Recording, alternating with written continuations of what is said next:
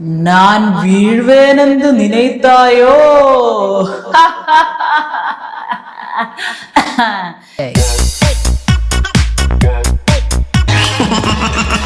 ഈ ഒരു background music ഇട്ട് സ്ലോ മോഷനിൽ വീണ ചേച്ചി കയറി ചെന്നത് ആളില്ലാത്ത സദസ്സിലോട്ടാ.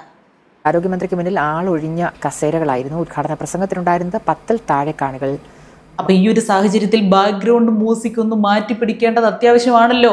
മന്ത്രിക്ക് നിലവിൽ അതിന് സാഹചര്യം ഇല്ലാത്തത് കൊണ്ട് സഹകരിച്ച് സഹായിക്കുക എന്നുള്ളത് പൊതുജനങ്ങളായ ഞങ്ങളുടെ ബാധ്യതയാണല്ലോ. നമ്മളത് ചെയ്യണ്ടേ? വേണം. പിടിച്ചോ. എന്തിനു പാഴ്ശ്രുതി മീട്ടുവതിനിയും തന്തികൾ പൊട്ടിയ തമ്പുരുവിൽ. ഓ, വീണയാണല്ലോ.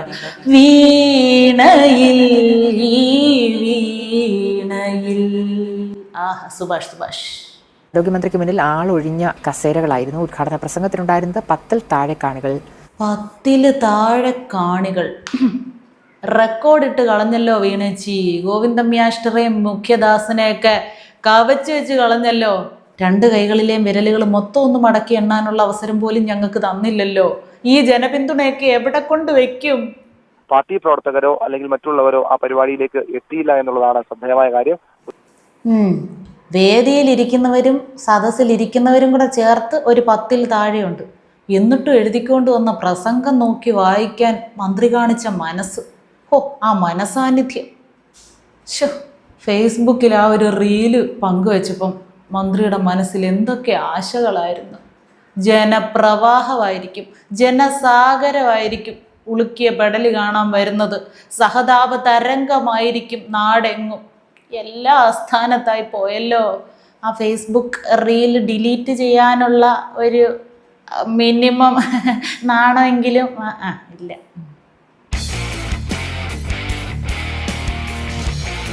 മന്ത്രി, ജനങ്ങൾ തീരുമാനിക്കുന്നതനുസരിച്ചാണ് ജനാധിപത്യം മുന്നോട്ട് പോകുന്നത് എന്നിനിയെങ്കിലും മനസ്സിലാക്ക്.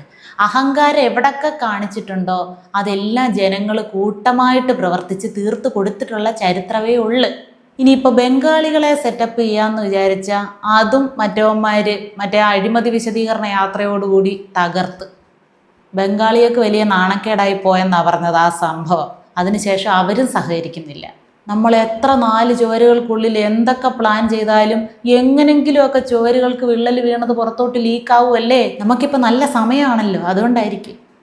ആളൊഴിഞ്ഞ കസേരകൾക്ക് മുന്നിലാണ് വൈകുന്നേരത്തെ ആയുഷ് ഉദ്ഘാടന പരിപാടിയിൽ മന്ത്രി പ്രസംഗിക്കേണ്ടി വന്നത്.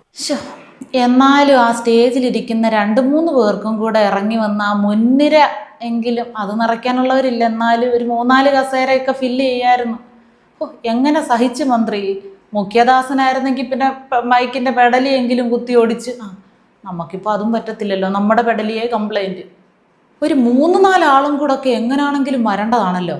നമ്മുടെ അന്തങ്ങളെ സാധാരണ നമ്മൾ വാട്സപ്പ് ഗ്രൂപ്പുകളിലൊക്കെ മെസ്സേജ് അയച്ച് ഭീഷണിപ്പെടുത്തിയൊക്കെ ആണെങ്കിലും 5-6 പേരെ ഇരുത്തുന്നതാണല്ലോ.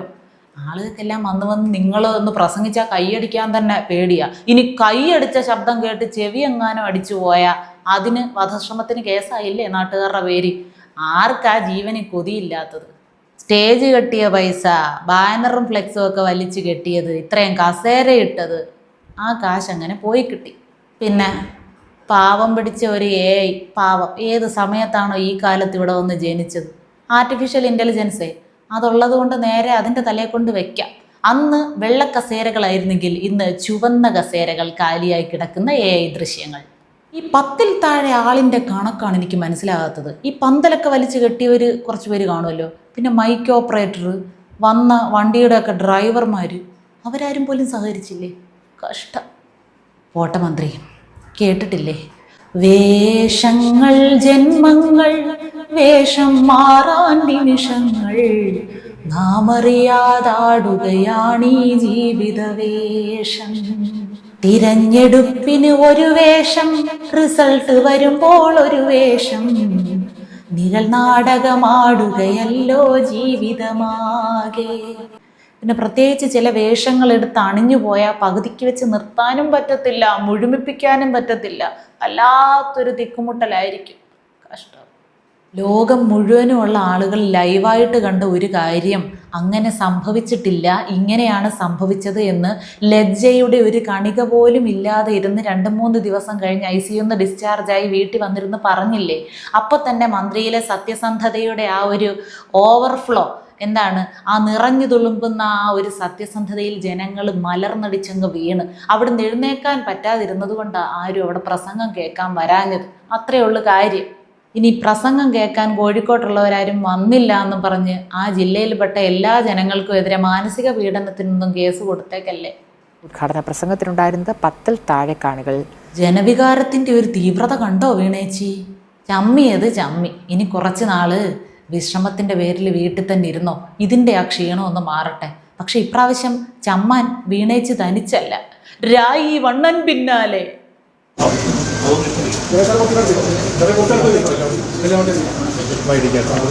പാവം LKG ബെഞ്ചിലിരുന്ന് AKG സെന്ററിൽ ഇരുന്ന് ജർമ്മനിയിൽ ഓടുന്ന കാറുകൾ റിമോട്ടെ നിയന്ത്രിക്കുന്ന രായിവണ്ണം പിതുക്കുന്ന പിതുക്ക് കണ്ടോ? ആ ബട്ടൺ ഒടിഞ്ഞു പോയി കാണും.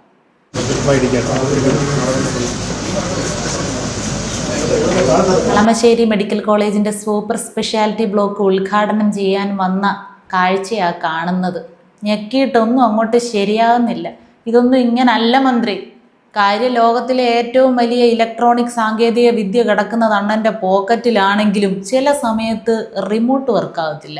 അതിനുള്ള സാങ്കേതിക വിദ്യ മാത്രം ആ പോക്കറ്റിൽ കിടക്കുന്ന സാധനങ്ങളുടെ കൂട്ടത്തിൽ ഇല്ലെന്ന് തോന്നുന്നു, അല്ലേ മന്ത്രി?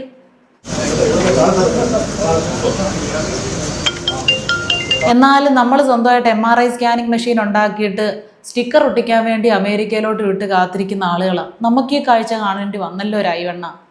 അല്ല രായിവണ്ണ, ഈ തിരക്ക് പിടിച്ച് ഉദ്ഘാടിക്കാനുള്ള ആർത്തിയിൽ ഈ റിമോട്ട് എടുത്തുകൊണ്ട് വന്നപ്പം ബാറ്ററി ഇടാൻ മറന്നുപോയോ?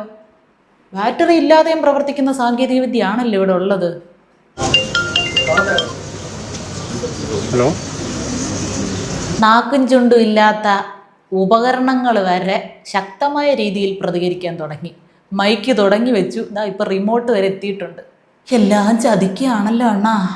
ജനങ്ങൾ അവരുടെ ടേൺ നോക്കി ഇരിപ്പുണ്ട് അപ്പുറത്ത്. ആ റിമോട്ടിനെയൊക്കെ അങ്ങോട്ട് മാറ്റി വെച്ചിട്ട് തുണി മാറ്റി കൈയും കൊട്ടാൻ നോക്കണ്ണ. സാങ്കേതിക നൈപുണ്യമുള്ള തൊഴിലാളി എന്ന് പറയുന്നത് മുതലാളിത്തത്തിൻ്റെ ലക്ഷണമാണ്. നമുക്കിതിൻ്റെ ഒന്നും ആവശ്യമില്ല. അധ്വാനിക്കുന്ന ജനവിഭാഗമല്ലേ, വിയർത്തൊലിച്ച് കൈ കൊണ്ട് അങ്ങോട്ട് കർട്ടൻ വലിച്ചു മാറ്റാൻ. സൂപ്പർ സ്പെഷ്യാലിറ്റി ബ്ലോക്കിൻ്റെ ഉദ്ഘാടനമല്ലേ? ഉദ്ഘാടനം ആയതുകൊണ്ട് റിമോട്ടിൻ്റെ ബാറ്ററി വയറ്റിലൊന്നും കൊടുക്കാൻ സാധ്യതയില്ല. എന്നാലും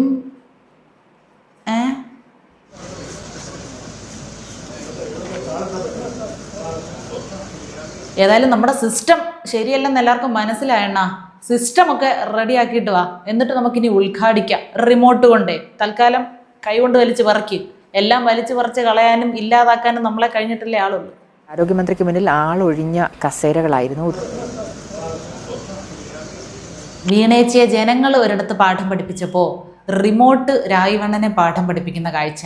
ആഹാ, ഒരു ദിവസം വ്യത്യസ്ത ഇടങ്ങളിൽ നടന്ന വ്യത്യസ്ത സംഭവങ്ങളാണെങ്കിലും ഇതെല്ലാം തരുന്ന സന്ദേശം ഒന്നാണ് എന്ന് നിങ്ങൾക്കറിയാമെന്ന് എനിക്കറിയാം. എന്ത് സന്ദേശമാണ് ഇതിലൂടെയൊക്കെ നമുക്ക് കിട്ടുന്നതെന്നും നിങ്ങൾക്കറിയാമെന്ന് എനിക്കറിയാം. അതുകൊണ്ട് തന്നെ നിങ്ങളുടെ വിരസതയെ ഞാൻ വലിച്ചു നീട്ടുന്നില്ല.